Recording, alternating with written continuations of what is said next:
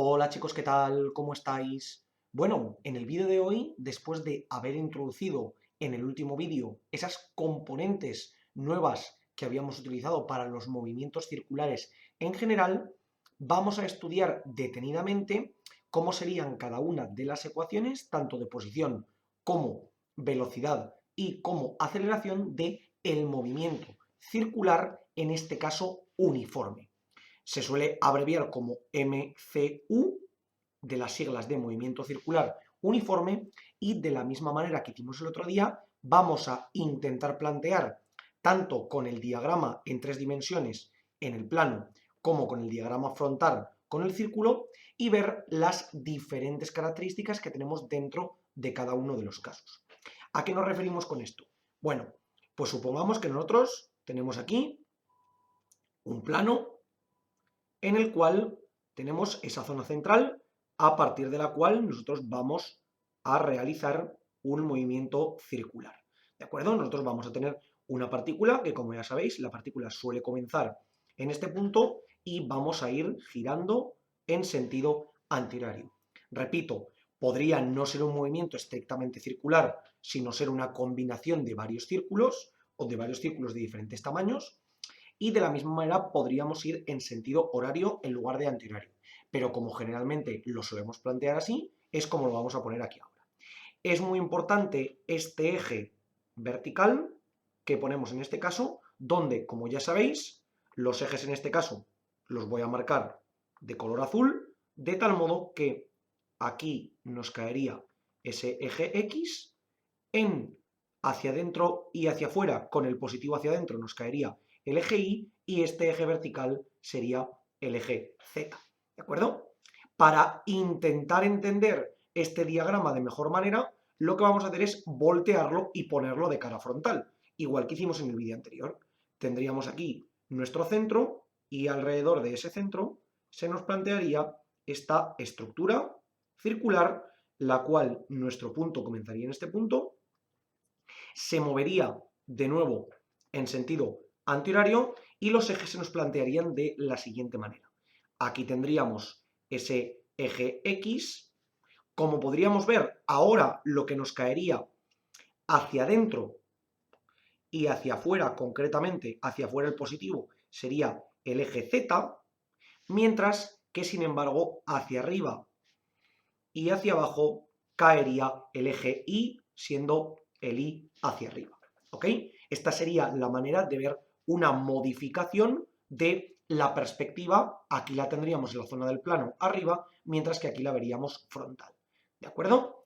Entonces, ¿qué es lo que vamos a ver? Como vimos el otro día, tenemos las posiciones angulares y las posiciones lineales, tendremos las velocidades angulares y las velocidades lineales, que hasta aquí serán exactamente igual que las habíamos visto por el momento, y lo que nos cambiará en este caso será la concepción de esa aceleración angular y la aceleración lineal, y veremos cuál es la característica específica del movimiento circular uniforme, y sobre todo veremos por qué se conoce como movimiento circular uniforme.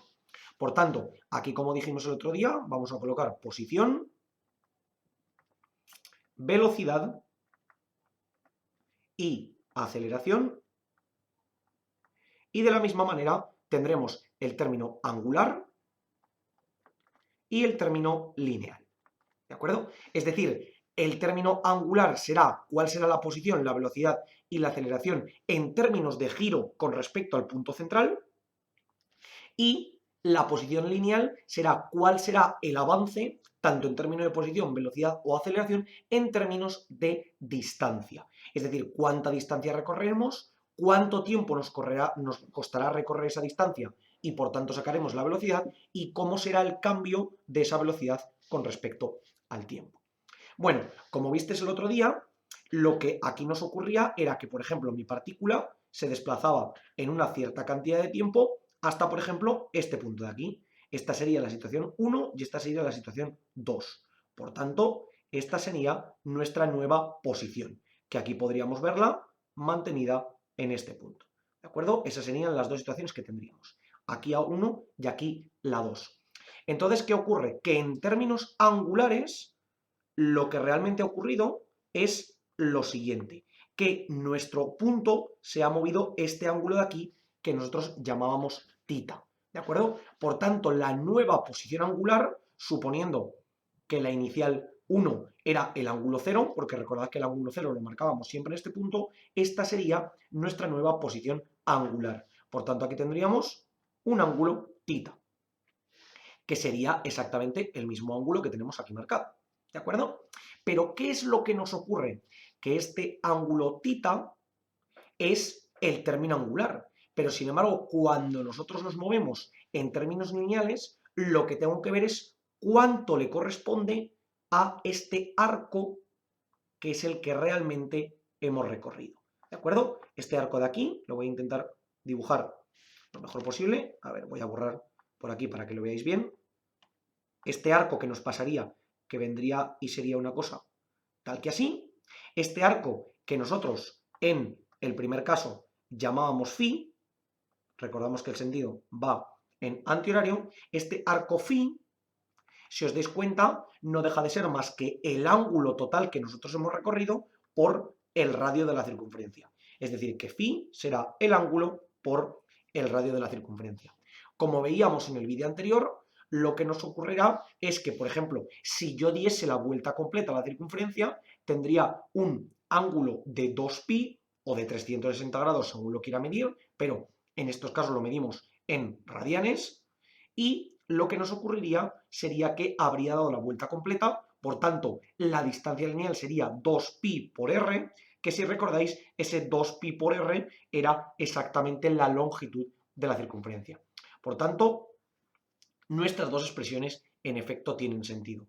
Es decir, que estos serían los términos de posición, tanto angular como lineal. Vamos a ver que realmente la relación que existe entre el término angular y el término lineal va a ser multiplicar por el radio, ¿de acuerdo?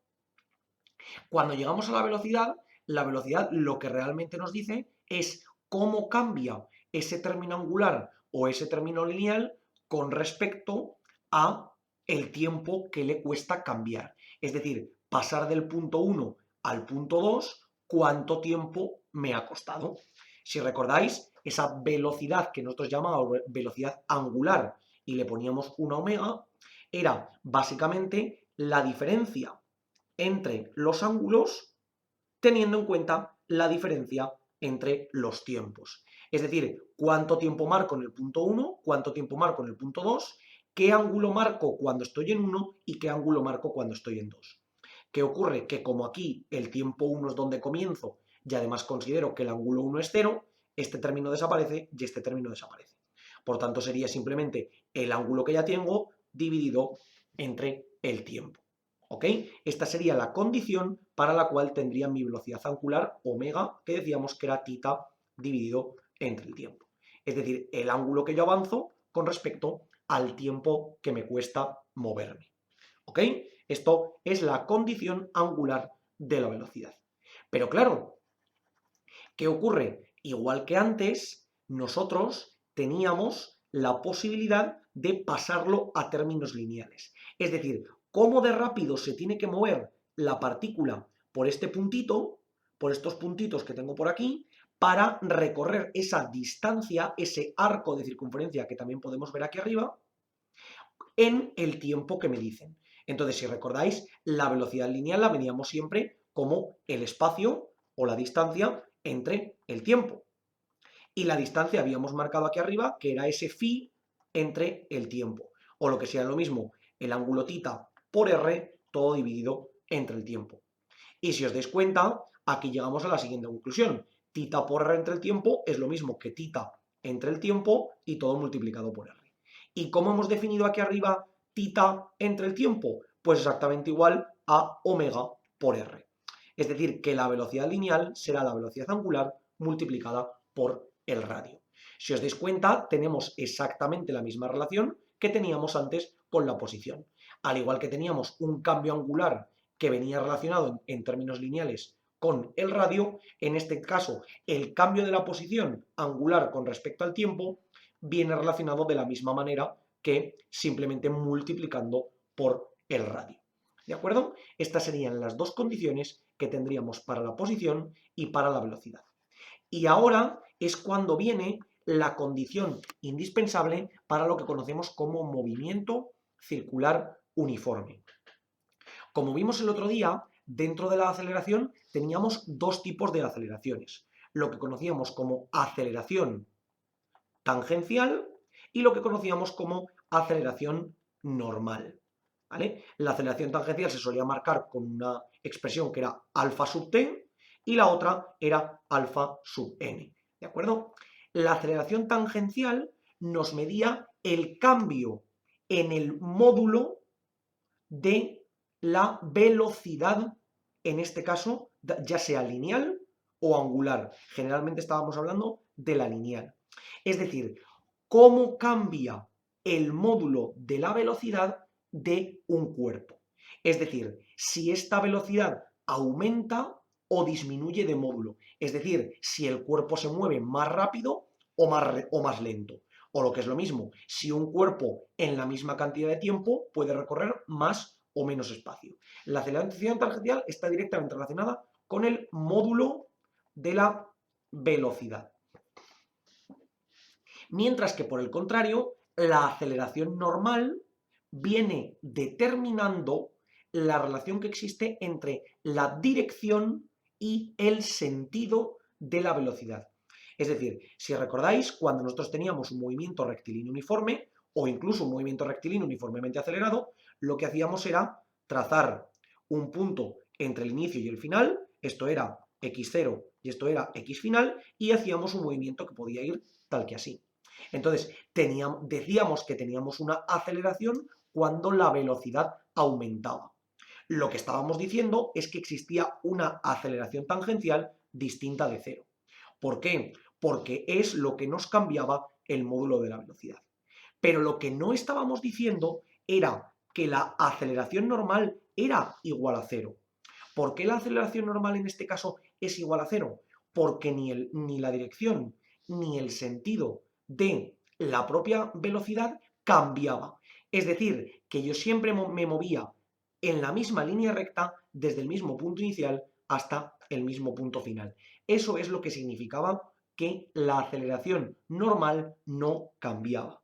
Sin embargo, en este caso, en el movimiento circular uniforme, lo que nos va a ocurrir es lo contrario, que la aceleración normal, que es la que corresponde a la dirección y el sentido de la velocidad, va a ser distinta de cero. Sin embargo, la aceleración tangencial, que es la que corresponde al módulo de la velocidad, va a ser igual a cero. Por eso es por lo que se conoce como movimiento circular uniforme, porque el módulo de la velocidad va a ser constante. Es decir, que la velocidad, tanto angular como lineal, siempre va a ser la misma. Es decir, que esa aceleración que aquí marcábamos como la aceleración tangencial, la alfa sub t, va a ser igual a cero. ¿De acuerdo? Esto es muy importante que lo tengamos en cuenta, que el módulo de la velocidad en el movimiento circular uniforme no va a cambiar. Lo que tiene que cambiar obligatoriamente es la dirección y el sentido de la velocidad, porque si recordáis, el otro día nosotros veíamos que la velocidad de nuestro movimiento venía determinada por ese punto tangente entre la posición que yo tengo y la circunferencia de giro sobre la que estoy. Es decir, cuando yo me encuentro, por ejemplo, en este punto de aquí, si quiero calcular qué módulo, perdón, qué dirección y qué sentido tiene la velocidad, lo que tendré que hacer será trazar una recta tangente, ¿vale? A ver si la puedo hacer un poquito mejor. Una recta tangente que pase por este punto. Y este vector que se me forma aquí será el vector velocidad lineal, que siempre será tangente a la trayectoria. Siempre será tangente a la trayectoria del punto en el que yo me esté moviendo. Si, por ejemplo, estuviese aquí, lo que tendría sería, para hacerlo de manera más precisa, 1, el punto con el centro, y la perpendicular a esa recta, que sería la tangente, sería de nuevo esa velocidad. En este caso, aquí sería la velocidad en el punto 3, por ejemplo, y aquí sería la velocidad en el punto 4. Y así consecutivamente. Entonces, si os dais cuenta, esta velocidad de aquí no pertenece ni a la misma recta ni al mismo sentido que esta velocidad de aquí. Podríamos decir, entre comillas, que el sentido sí que es el mismo porque es sentido antihorario, pero realmente recordad que cuando hablábamos del sentido dentro de una recta era si avanzábamos hacia adelante o hacia atrás. Pero lo que claramente no podemos decir es que esta recta de aquí, la recta de aquí arriba, sea exactamente la misma que aquí. Eso es totalmente incorrecto.